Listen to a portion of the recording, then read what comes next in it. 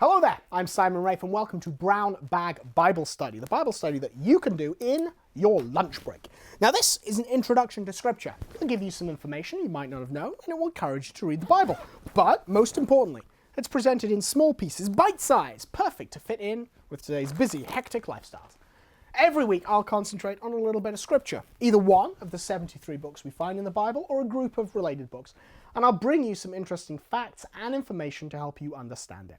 I'll also be including links to further reading, articles, books, what have you, and these are going to help you learn to love sacred Scripture even more. This week, the book of the prophet Habakkuk.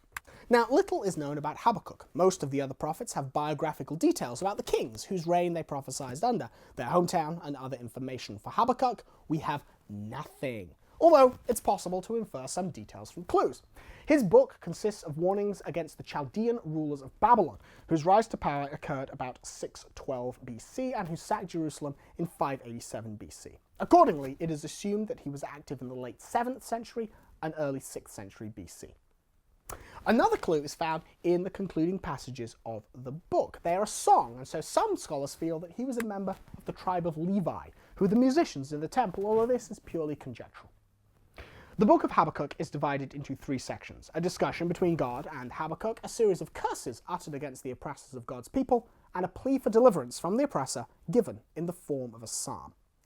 Now, the book of Habakkuk has much in common with the book of Job. Alone among the prophets, Habakkuk openly questions the wisdom of God, something which appears often in the book of Job. The two books can be read side by side. Each raises similar questions and answers them quite effectively. Habakkuk is also related to Nahum and Obadiah. Habakkuk asks God why he tolerates the evil Babylonians and why he is planning to use them as his instrument of vengeance against his chosen people, the Jews.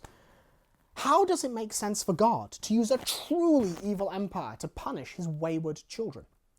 God's answer relates to his words in Nahum and Obadiah. There will be punishment for the Babylonians, and that punishment will be severe.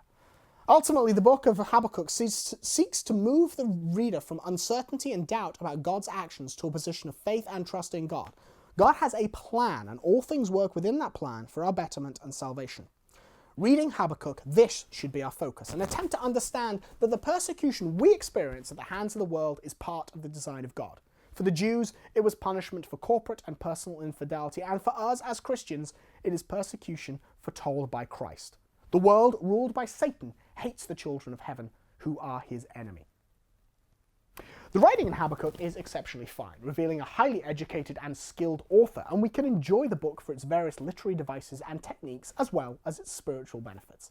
A good translation will help you appreciate the work as it was originally intended to be understood. That's all for this week. Do read Habakkuk and check out the additional materials. Next time, we'll be looking at the book of the prophet Zephaniah. Until then, I'm Simon Rafe, and God bless.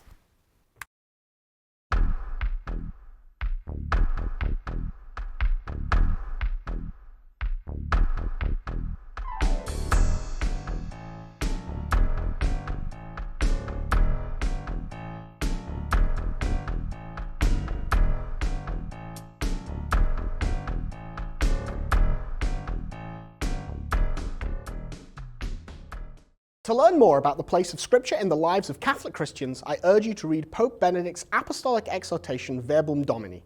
The Pope encourages all Catholics to read, learn, and love Scripture and to understand its relation to the Church.